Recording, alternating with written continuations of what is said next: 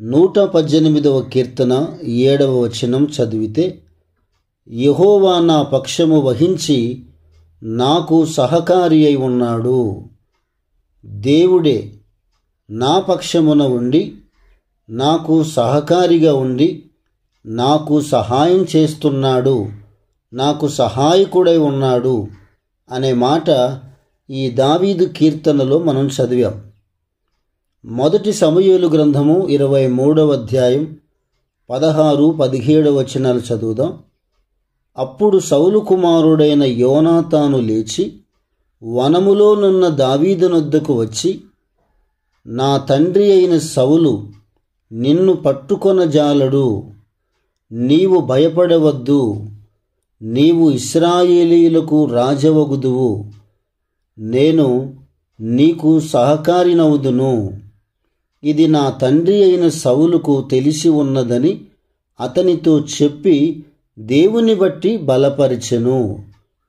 ఇక్కడ దావీదు గారి యొక్క స్నేహితుడైన యోనాతాను, అనగా సౌలు కుమారుడుగా పిలువబడుతున్న యోనాతాను, దావీదు ఎక్కడున్నాడో తెలుసుకొని వనములో ఉన్నట్టుగా గుర్తించి అక్కడికి వెళ్ళి దావీదు గారితో మాట్లాడుతున్న మాట, నిన్ను ఎవరు పట్టుకోలేరు, నా తండ్రి అయిన సౌలు గాని ఆయన సైన్యం గాని ఎవరు నువ్వెక్కడున్నా పట్టుకోలేరు, నువ్వు ఎవరికి భయపడొద్దు, సౌలుకు కానీ సౌలుతో పాటు ఉన్న సైన్యానికి కానీ నువ్వు భయపడవద్దు, నీవు ఇశ్రాయేలీయులకు ఎప్పుడైనా ఏదో ఒకరోజు రాజుగా ఉంటావు, నేను నీకు సహకారిగా ఉంటాను అని చెప్పాడు.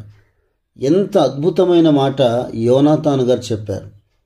వారు నీకు సహకారులుగా సహాయకులుగా నీ పక్షాన ఉండకపోవచ్చు, కానీ నేను చెబుతున్నా నీ పక్షమున ఉండి నీకు సహకారిగా ఉండి నీకు సహాయం చేస్తాను అని అన్నాడు. అలా అంటున్నప్పటికీ చివరిలో ఏం రాయబడిందంటే, దేవుని బట్టి బలపరిచెను. అంటే యోనాతాను కూడా చెప్పేది ఒకటే,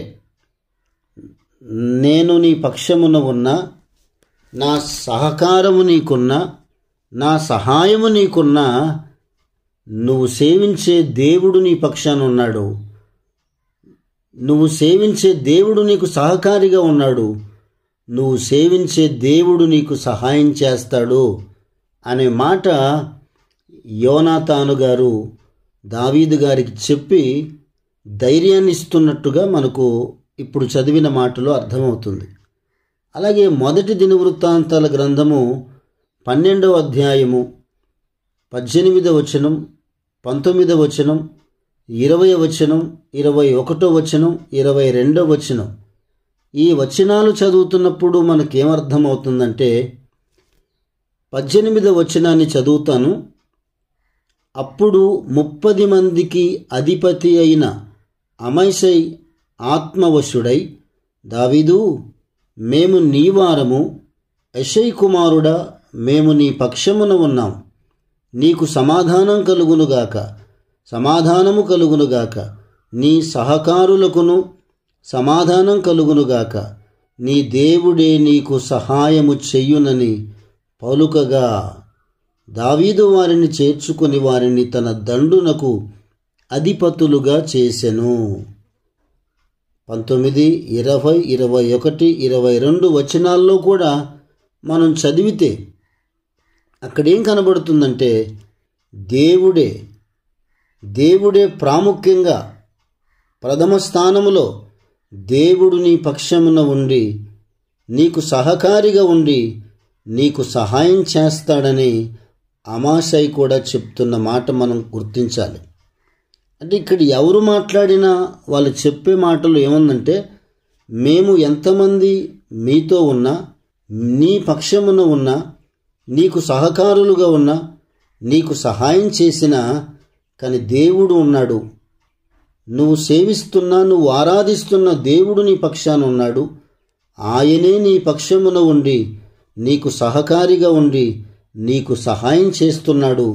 మేము ఒకవేళ నీకు పక్షమున ఉన్నా, సహకారులుగా ఉన్నా, సహాయం చేసినా మాకంటే ఎక్కువగా ముందు స్థానములో, ప్రథమ స్థానములో, ముఖ్యమైన స్థానములో దేవుడు ఉండి నీ పక్షమున వహించి నీకు సహకారిగా ఉండి నీకు సహాయం చేస్తాడు. ఈ మాటలు చదువుతూ వింటున్నటువంటి మనం ఒకటి గుర్తించాలి, మనతో ఎంతమంది మన పక్షాన ఉన్నా, ఎంతమంది మనకు సహకారులుగా ఉన్నా, ఎంతమంది మనకు సహాయం చేసేవారున్నా, మనము సేవించే దేవుడే ప్రథమ స్థానములో మన పక్షమున ఉండి మనకు సహకారిగా ఉండి మనకు సహాయం చేస్తాడు. అట్టి దేవుణ్ణి ఆరాధిస్తున్న మనం ఎంతో ధన్యులం. ప్రతిక్షణము మనము దేవుడు మన పక్షాన ఉండాలని, దేవుడు మనకు సహకారిగా ఉండాలని, దేవుడు మనకు సహాయం చేయాలని కోరుకుందాం. అట్టి సహాయము, సహకారము దేవుడు మనకు అనుగ్రహించునుగాక.